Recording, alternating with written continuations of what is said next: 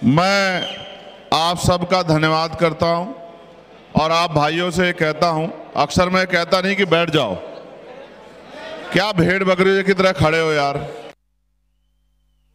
साहब का सिपाही बताते हो। हेलो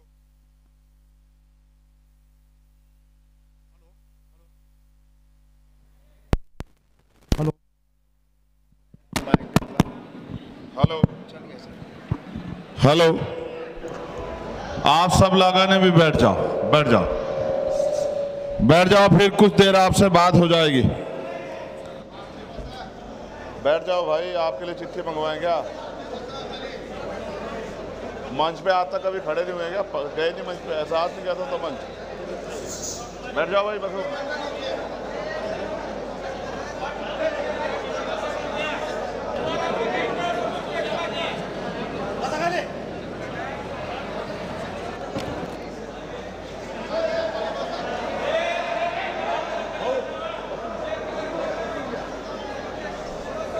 बैठ जाओ।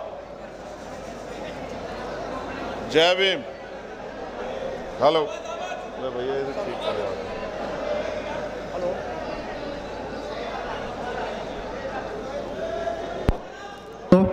हेलो।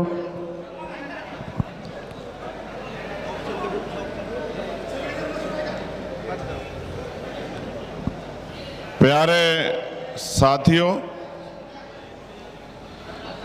बाबा साहब अंबेडकर संविधान में हमें कुर्सी पे बैठने की ताकत देके गए।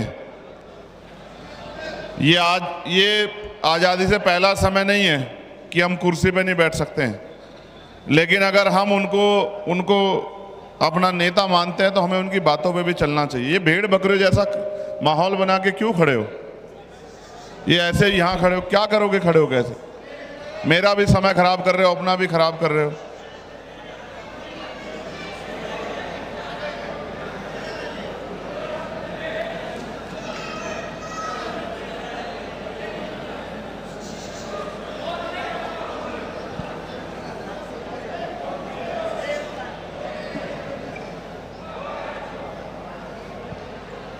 जय भीम, जय भारत, जय संविधान, जय मंडल, जय जोहार, जय जवान, जय किसान। आज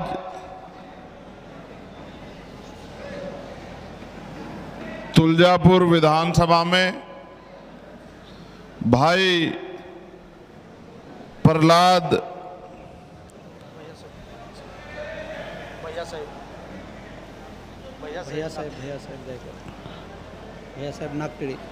भैया साहिब नागटिके जी के चुनाव प्रचार में यहाँ आपके क्षेत्र में मुझे आने का मौका मिला।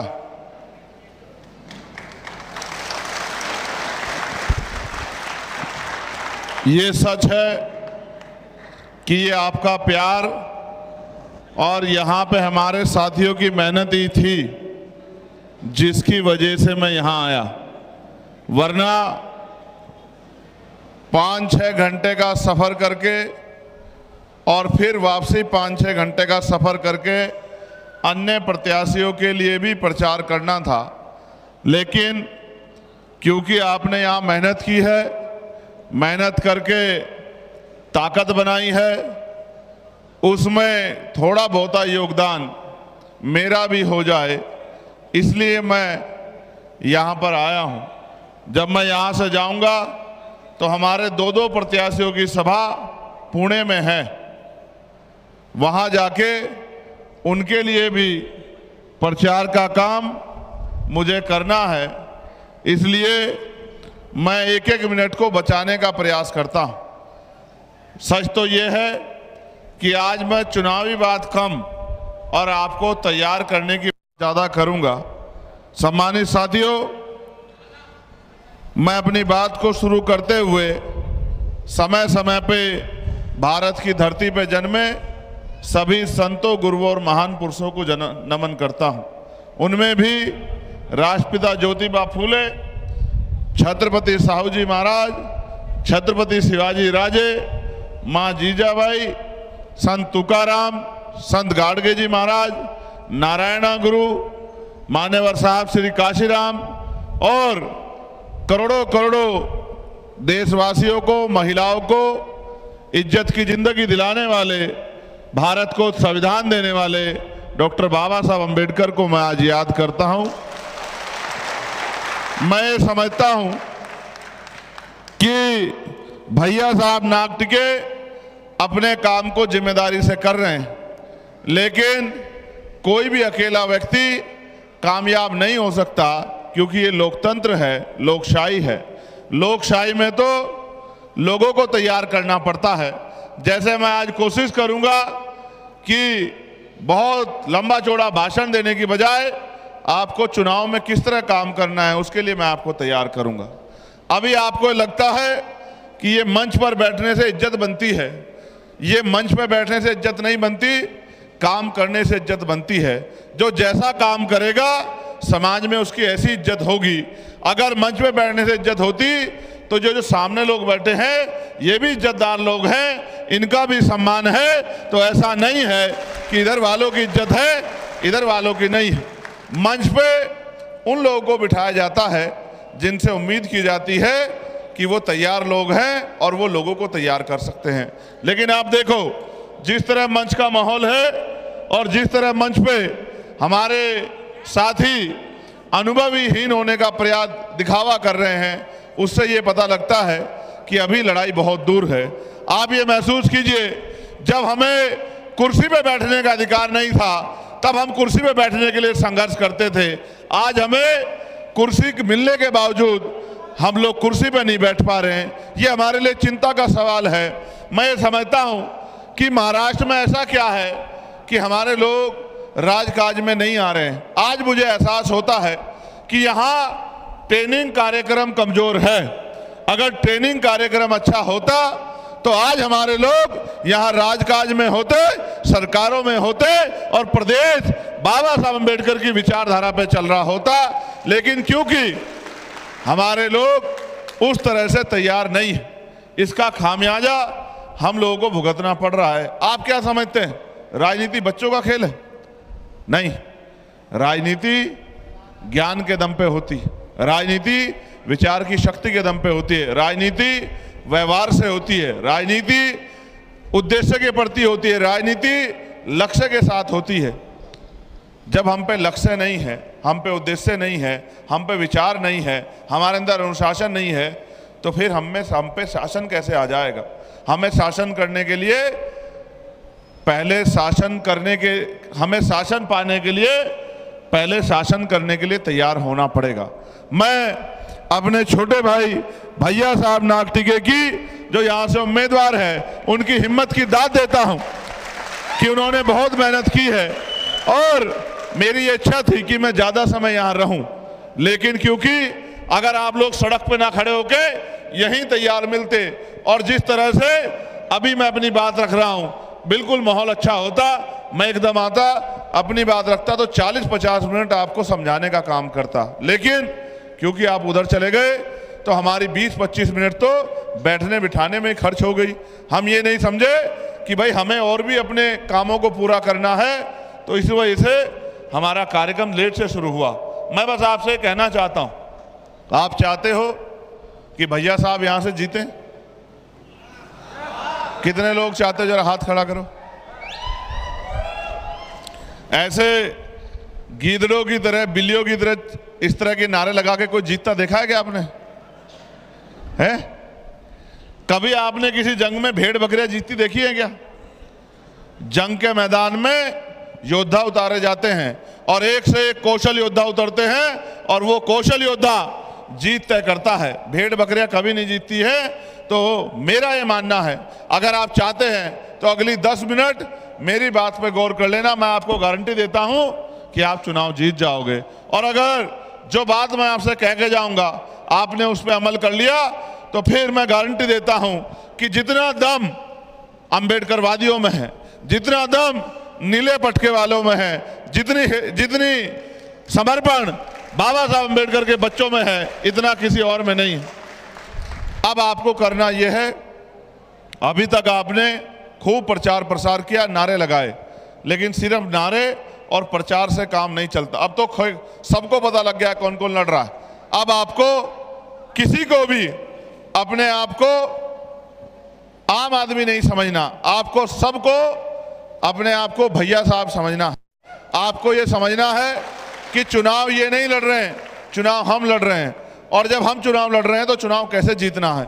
आज जब आप यहां से जाओगे तो आपको मन में संकल्प करना है कि आने वाले 16 तारीख में, 17 तारीख में, 18 तारीख में, 19 तारीख में 4 दिन मैं कम से कम 50 लोगों को तैयार करूंगा कि वो भैया साहब को वोट देने का काम करे, केतली का बटन दबाएं। उसके लिए आपको 10-12 घंटे काम करने की जरूरत नहीं है। अगर आप ईमानदार से 2 घंटे काम भी कर लोगे, मैं ये भी जानता हूं कि हमारे लोगों को अपने घर चलाने के लिए मेहनत मजदूरी भी करनी पड़ती है, अपने छोटे छोटे कारोबार भी करने पड़ते हैं। ये सत्य नहीं है कि दूसरे पैसे वालों की तरह हम लोग 24 घंटे राजनीति कर सकते हैं, लेकिन नहीं, अगर हम 2 घंटे भी ईमानदारी से काम करें और अपनी गली में निकल के अपने बूथ पे जितने लोग आते हैं, एक बूथ पे 800-900 लोग आते हैं, हम अपने एक एक बूथ पे जाके घर घर जाके इस तरह से ये जो पर्चा है, ये पर्चा ले जाके और हर घर में जाके कहें कि आपने अब तक जिसको मौका दिया उसने वोट ली, और चुनाव के बाद कभी आपको देखने को नहीं मिला। और तो और सुनो, ये तो धन्यवाद दो बाबा साहब अम्बेडकर को कि उन्होंने हमें वोट की शक्ति दी है। अगर हम पे वोट की ताकत नहीं होती, आज भी इस देश में छुआछूत है, भेदभाव है, आपकी गलियों में कोई पैर रखने नहीं आता। आज भी धर्म के नाम पे हिंसा होती है, दाढ़ी रखने पे, टोपी पहनने पे, और तो और भोजन के नाम पे भी मुस्लिम भाइयों को मारा जाता है, और तो और तमाम तरह के जुल्म जो है किसानों पे, आदिवासियों पे, दलितों पे किए जाते हैं। इसलिए मैं आपसे कह रहा हूं, ये वोट की ताकत है जिसकी वजह से लंबे लंबे कुर्ते वाले, बड़े बड़े घरों वाले, बड़ी बड़ी गाड़ियों वाले, रोज हेलीकॉप्टर में घूमने वाले आपकी बस्तियों में आते हैं, आपके आगे हाथ जोड़ते हैं, आपके पैर छूते हैं, आपके गले मिलते हैं, आपके बीच में बैठ के खाना खाते हैं, और आपको ये कहते हैं कि आप हमारे भाई हो, हमें ताकत दे दो। आप मुझे बताओ, बाबा साहब ने वोट का अधिकार किसी दूसरे को ताकत देने के लिए दिया था या अपने आप को ताकतवर बनाने के लिए दिया था? बताओ, किस बात के लिए बाबा साहब ने वोट का अधिकार दिया? बाबा साहब ने वोट का अधिकार इसलिए दिया कि लोकतंत्र से पहले राजतंत्र में राजा महाराजा राज करते थे।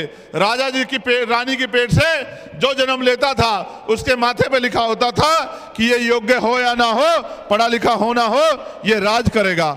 लेकिन बाबा साहब ने पलट कर रख दिया। बाबा साहब ने कहा राज वो करेगा जिसको आप उंगली की ताकत से जिताकर भेजोगे। आज आपकी उंगली में वो ताकत है कि जिसे चाहे कुर्सी पे बिठा दो और जिसे चाहे उठा के कुर्सी से पटक दो। जो अपने आप को ताकतवर समझ रहे हैं उनको धूल चटा दो और अपने बीच के भैया साहब को चुनाव जिता के आमदार बना दो।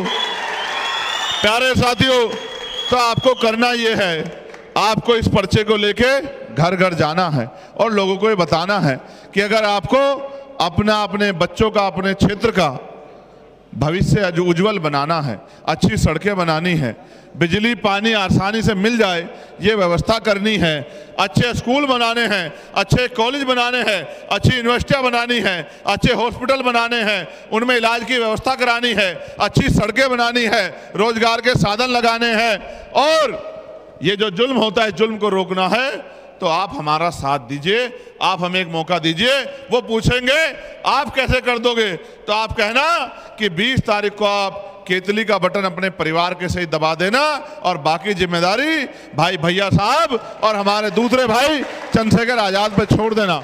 अगर आपने कर लिया और अपने बूथ को तैयार कर लिया, बूथ पे ताकत लगा दी, बूथ को मजबूत कर दिया और बूथ को जिता दिया, तो मैं आपको गारंटी से कहता हूं कि जो बूथ जीतेगा वही चुनाव जीतेगा। देखो, ये आपको महिला सम्मान के नाम पे 2000 रुपए दे सकते हैं, ये आपको किसान सम्मान के नाम पे 1500 रुपए दे सकते हैं, ये आपको टैक्स में छूट के नाम पे टोल टैक्स को चुनाव के समय फ्री कर सकते हैं।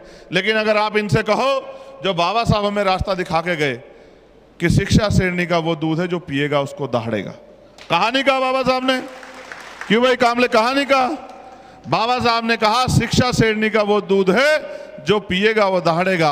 और आप ये देखो इन्होंने क्या किया, गरीबों के लिए सरकारी स्कूल और अमीरों के लिए प्राइवेट स्कूल, और सरकारी स्कूल में ना के बराबर शिक्षा और प्राइवेट स्कूल में अच्छी शिक्षा। गरीब को अगर अच्छी शिक्षा चाहिए तो प्राइवेट स्कूल में जाओ, प्राइवेट स्कूल में जाएंगे तो जेब ढीली होगी।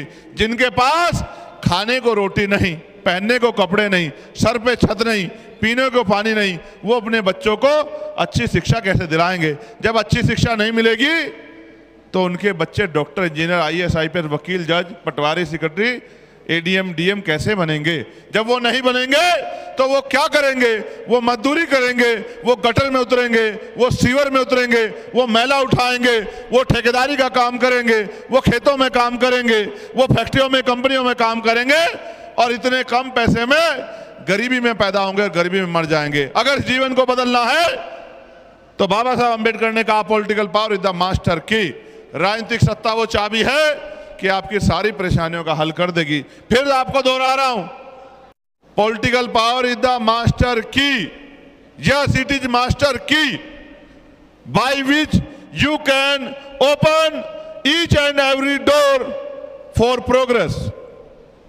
ये सत्ता एक ऐसी चाबी है जिससे आप अपनी सफलता के सारे ताले खोल सकते हैं। ये बाबा साहब अम्बेडकर ने कहा है। आप ये सोचो हम कितने बुद्धू हैं कि बाबा साहब हमें पॉलिटिकल पावर लेने की बात करते हैं और हम घंटा बजाने की बात करते हैं। हमसे मूर्ख कौन होगा जिन्होंने अपने बाबा साहब के 4-4 बच्चों की कुर्बानी को भी नहीं समझा, उनके आंदोलन को भी नहीं समझा, उनके विचार को भी नहीं समझा, और बस फूल चढ़ाते हैं, माला चढ़ाते हैं, अगरबत्ती लगाते हैं, दिया जलाते हैं। अगर दिया जलाने से, फूल चढ़ाने से बाबा साहब के विचार मन में आते तो मैं समझता हूं जिनके घर के बाहर स्टैचू लगी है, पुतला लगा है बाबा साहब का, वो तो PhD हो जाते, वो तो डॉक्टर, इंजीनियर, IAS, IPS हो जाते। पढ़ना है तो स्कूल जाना पड़ेगा और अगर इलाज कराना तो हॉस्पिटल जाना पड़ेगा। इसलिए मैं आपसे कहना चाहता हूं, अगर अपनी समस्या खत्म करनी है तो चाहे आज बनाओ या 10 साल बाद बनाओ, पावर तो आपको बनानी पड़ेगी। क्योंकि मान्यवर काशीराम साहब कहते थे जिनका राज होता है उनकी बहन बेटियों पे कोई जुल्म नहीं करता है, जिनका राज होता है उनकी कोई मूछें नहीं काटता है, जिनका राज होता है उनकी मटकी छूने पे कोई हत्या नहीं करता है, जिनका राज होता है उनके बच्चे भूखे नहीं मरते हैं, जिनका राज होता है उनको किसी के आगे हाथ नहीं फैलाना पड़ते। और आज तो हमें सब कुछ करना पड़ता है। हम झोपड़ियों में रहते हैं, हम कोठरियों में रहते हैं, जहां दूसरी तरफ लोग बड़े बड़े महलों में रहते हैं। हम 6 बाई 10 के घरों में रहते हैं और हम भी सोचते हैं कि हमारा जीवन बदल गया है। नहीं बदल सकता जब तक आप शुरुआत नहीं करोगे। मेरे साथियों, अगर एक बार भी आपके मन में इच्छा है कि भैया साहब को जिताना है तो फिर खुद से भैया साहब बन के आज से जाके लग जाओ और अपने अपने बूथ की जिम्मेदारी लो और वोट का बिखराव बूथ पे बंद करो, लोगों से हाथ जोड़ो और लोगों से अपील करो कि हमें ताकत दो। फिर उसके बाद क्या करना है, जिस दिन वोट पड़ेगा 20 तारीख को सुबह 5 बजे उठना है, बूथ का जाकर एजेंट बनना है, अपने ऊपर जिम्मेदारी लेनी है और अपना जहां बस्ता लगेगा 4 जिम्मेदार लोगों को वहां जाकर बैठना है और जो भी आए व्यक्ति जिसका Aadhaar card, PAN card, ration card कुछ ना मिल रहा हो उसको तैयार करना है कि वो वोट डाले। और बचे हुए लोग गलियों में घूम घूम के लोगों से अपील करें कि वोटिंग परसेंटेज ज्यादा करो। जब हमारा वोटिंग परसेंटेज ज्यादा होगा तभी तो हम लोग जीतेंगे। फिर जब शाम के टाइम में EVM बंद होने का समय आ जाए तो फॉर्म 17C उनसे लो, जिसमें लिखा होगा EVM का नंबर क्या है, इसमें वोट कितने पड़े, महिला कितनी पड़ी, पुरुष कितने पड़े और टोटल वोट कितने थे। पूरा डाटा बनाओ, रजिस्टर मेंटेन करो और फिर 23 तारीख को काउंटिंग में जाके अपनी एक एक वोट को गिनवाने का काम करो। ऐसा नहीं है कि सिर्फ रैली करने से जीत जाएंगे, ऐसा नहीं है सिर्फ बूथ पे बैठने से जीत जाएंगे, नहीं। जब आप मेहनत करोगे तब जीतेंगे और जब आप मेहनत करोगे फिर आपको कोई नहीं हरा सकता। क्योंकि इस देश में जहां से चल के हम लोग आए हैं और जहां आज पहुंच गए हैं, आप उदाहरण के तौर पे किसी को मत देखिए, मेरी तरफ देखिए। मैं प्राइमरी स्कूल के हेडमास्टर का बेटा हूं, तमाम तरह से संघर्ष कर रहा हूं और बड़े बड़े धन्ना सेठों को धूल चटा के मेंबर ऑफ पार्लियामेंट बनके दिल्ली में खड़ा हूं। और आप जानते हैं, दिल्ली में जब आपका ये चंद्रशेखर आजाद आपके हकों की आवाज उठाता है तो सरकार की कुर्सी हिलाने का काम करता है। इस बात को आप जानते हैं। आपने ये भी देखा होगा, जब दीक्षा भूमि पे अतिक्रमण हुआ, भूमि पे अतिक्रमण करके पार्किंग बना रहे हैं। मैंने कहा कोई बात नहीं। मैंने केंद्र की सरकार को पार्लियामेंट में कहा कि दीक्षा भूमि हमारा गौरव है। अगर दीक्षा भूमि से किसने छेड़खानी करी, क्योंकि आपकी मिलीजुली सरकार है, तो आप याद रखना सरकार की ईंट से ईंट बजा देंगे। और सरकार को अपना फैसला वापस लेना पड़ा। अभी भी मेरे पास महाराष्ट्र की बहुत सारी समस्याएं आई हैं कि भैया पार्लियामेंट में आवाज उठाना। वक्फ का मामला हुआ, मैंने पार्लियामेंट में आवाज उठाई। एनआरसी का मामला हुआ, मैंने आंदोलन करके 29 दिन जेल में काटी, लाठियां खाई। मौलाना कलीम साहब का मामला हुआ, तबलीगी जमात के लोगों को सताया गया, जेल में बंद कर दिया गया, झूठे आरोप लगा के उनको जेल से निकालने की लड़ाई हम लोगों ने लड़ी। हमने हमेशा जब भी किसी पे जुल्म हुआ सबकी लड़ाई लड़ने का काम किया। किसान भाइयों की 13 महीने लड़ाई लड़ी, पहलवान बेटियों की लड़ाई लड़ी। लेकिन हमने सीखा किससे? हमने बाबा साहब अम्बेडकर से सीखा कि अन्याय के खिलाफ लड़ना चाहिए। जुल्म करने वाले से जुल्म सहने वाला ज्यादा दोषी होता है। और मैं आपसे कहना चाहता हूं, मैं अपने बहादुर भाई पे बहुत भरोसा करता हूं। बस आपसे उम्मीद करता हूं कि इसका साथ दो और खुद से भैया साहब बनके फील्ड में जाके मेहनत करो।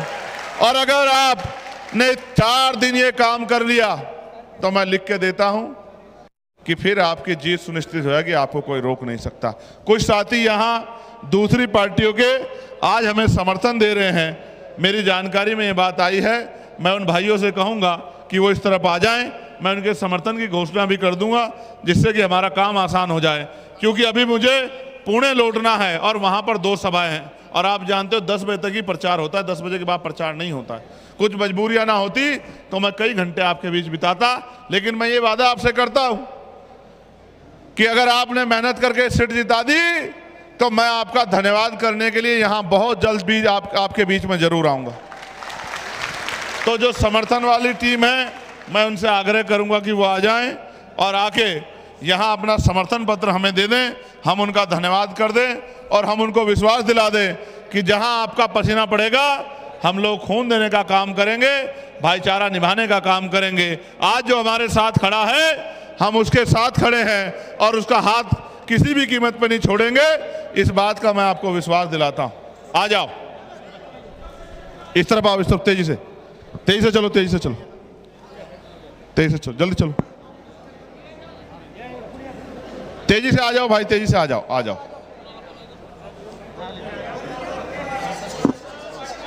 इस तरफ आओ बेटा, इस तरफ। आप लोग पीछे हो जाओ, इनको पीछे करा।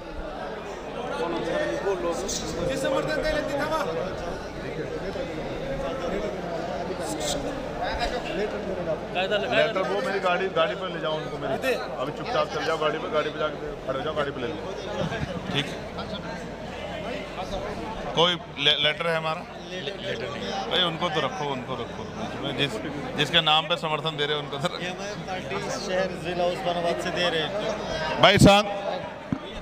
पीछे हो जाओ, चलो। क्या कह रहे हो बताओ। आपने समर्थन किया ना इम्तियाज साहब को? इम्तियाज साहब जीतेंगे। आपने दिया ना, और के बाद में हजरत ने वो भी यहाँ पे बोल दो। हजरत ने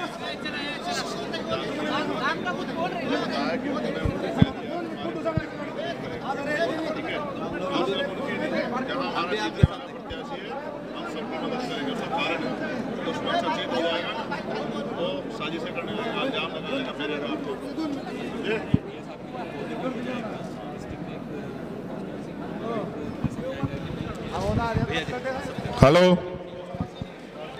हेलो, यहाँ हमारे AIMIM के साथियों ने भाई भैया साहब के काम से प्रभावित होके उनको अपना समर्थन देने की घोषणा की है। मैं इनका दिल की गहराई से धन्यवाद करता हूं। साथ साथ भैया, मैं नहीं पहनता हूं भैया साहब, साथ साथ मैं ये भी चाहता हूं, मेरा लोकसभा में भी प्रयास था कि भाई इम्तियाज जलील साहब जीत कर आए, इसलिए क्योंकि वो बहादुर नेता है हमारा यहाँ का, उसको आना चाहिए था, लेकिन वो चुन के नहीं आ पाए। इस बार हमारा प्रयास रहेगा कि वो चुन के असेंबली में आए और गरीबों के कमजोरों की आवाज उठाने का काम करे। इस तरह का प्रयास हम लोग मिलजुल के कर रहे हैं और मैं आपकी पूरी टीम का धन्यवाद करता हूं और मैं आपसे वादा करता हूं कि हमें मिलजुल के आगे बढ़ के इस लड़ाई को जीतना है और इन जालिमों को सबक सिखाना है जो हमारे लोगों को सताने का काम करें। बहुत बहुत धन्यवाद। जय भीम, जय Bharat.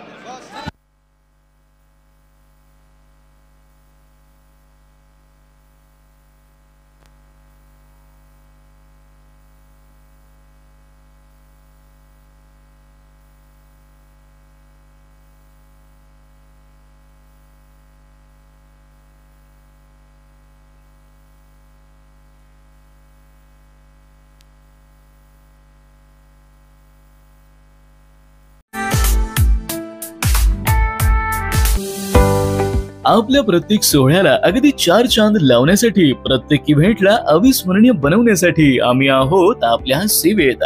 Tuljapurkar event management service. आमच्याकडे उपलब्ध आहे बलून डेकोरेशन, कार डेकोरेशन, मंडप डेकोरेशन, बर्थडे पार्टी, नामकरण, हल्दी डेकोरेशन, साखरपुडा, गृहप्रवेश डेकोरेशन, बँड, डीजे, घोडा, वधूवर मेकअप, मेहंदी, अक्षदा पॅकिंग, देवकार्य आणि सर्व प्रकारच्या सोहळ्यांसाठी परफेक्ट डेकोरेशन आणि इव्हेंट मॅनेजमेंट। तर मग वाट कसली बघताय? आपल्या जिल्ह्यातील प्रत्येक ग्राहकांच्या पहिल्या पसंतीच्या तुळजापूरकर इव्हेंट मॅनेजमेंट सर्व्हिसला आजच संपर्क करा।